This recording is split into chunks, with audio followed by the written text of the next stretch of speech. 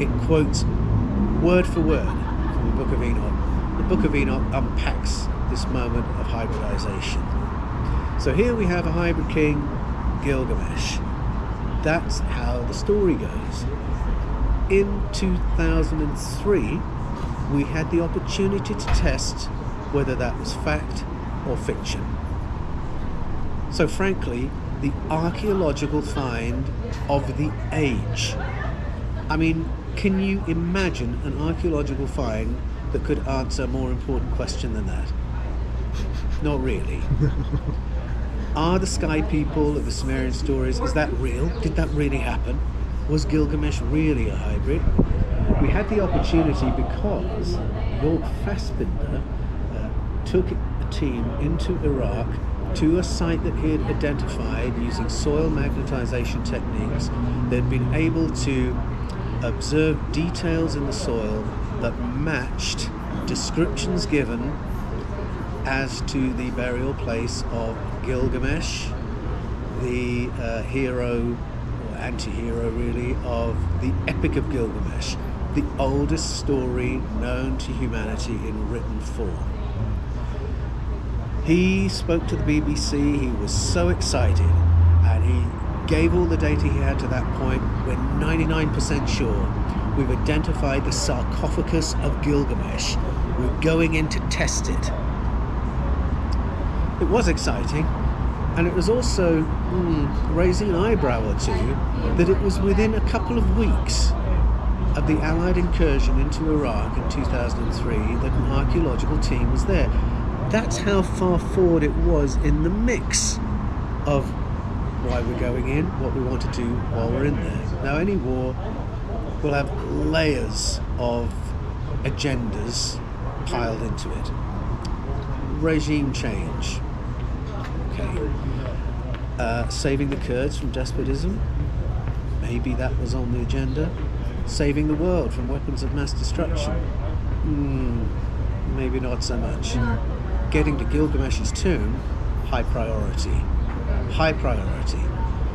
They got there within a couple of weeks, sealed the area so that the archaeologists could go in, and then what happened next? We never heard. We never heard. Until years later, York Fassbinder is briefing a French magazine,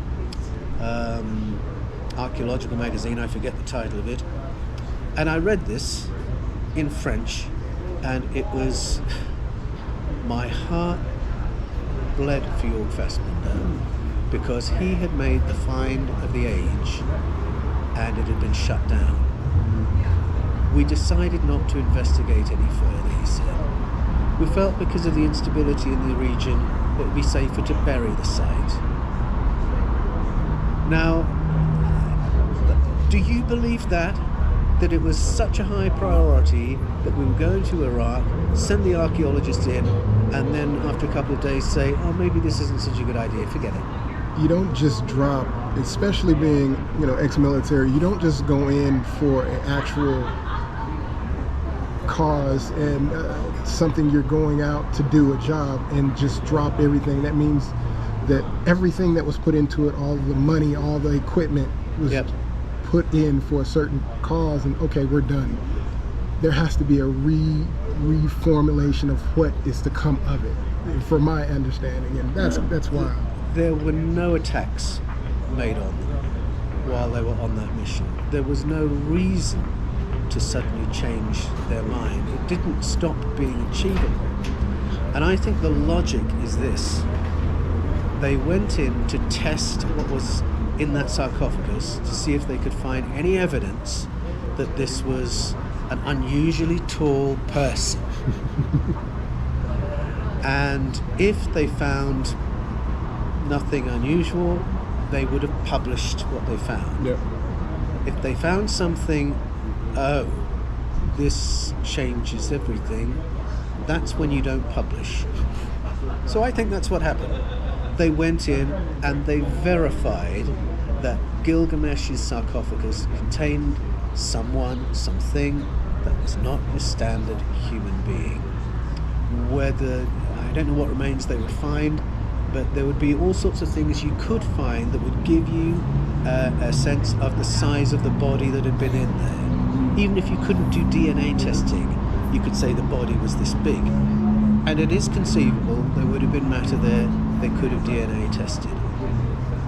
Whatever testing they did, they didn't want to tell us.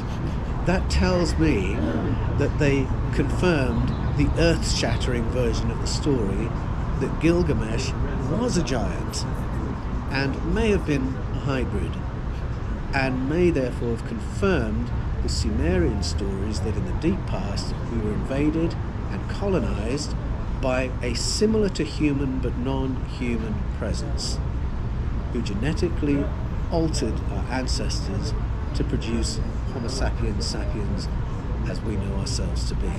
So that's my interest in the giant stories.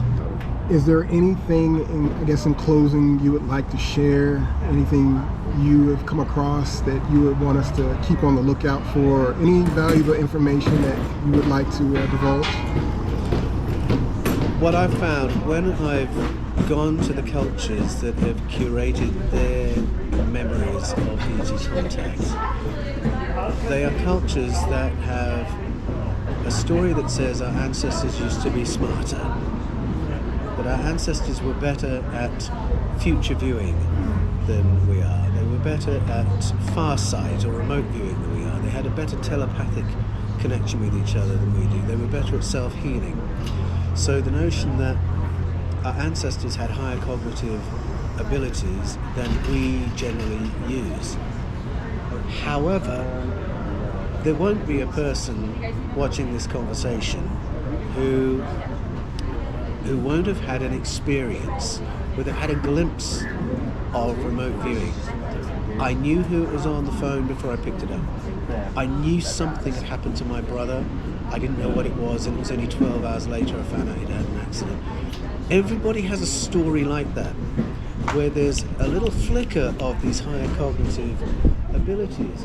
And if you have enough of those, or if you compare notes with your friends about them, you have to ask, can we work with that? Can we nurture that? Can I keep that in the on position? And those cultures that have remembered their ET contact stories have also remembered their cognitive power stories, and they've also curated mystical and shamanic protocols designed to reactivate us, get us operating at a higher level.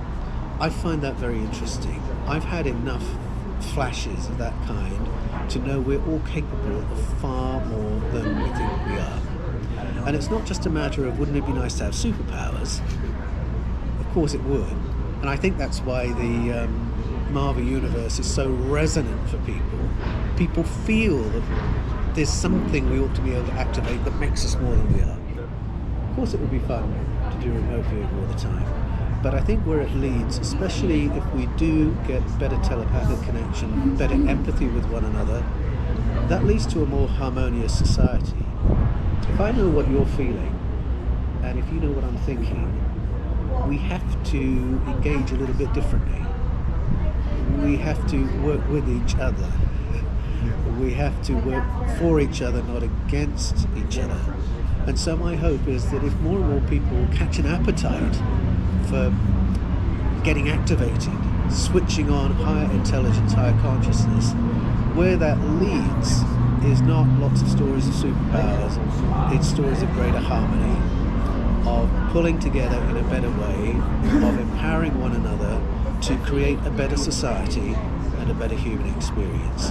And I would just encourage anyone who has a curiosity about that or an appetite for that to nurture it in themselves and to nurture it in their friends and family. Excellent. Mr. Wallis, I want to thank you for taking the time out to have this interview with me and just share a little bit of your insight and your professional knowledge of this topic. And I'm pretty sure all the watchers and followers will be glad and overjoyed and thankful for you just taking the time out to speak to us. It's been an absolute pleasure, Josh, and I look forward to doing it again sometime. Excellent. Thank you once again.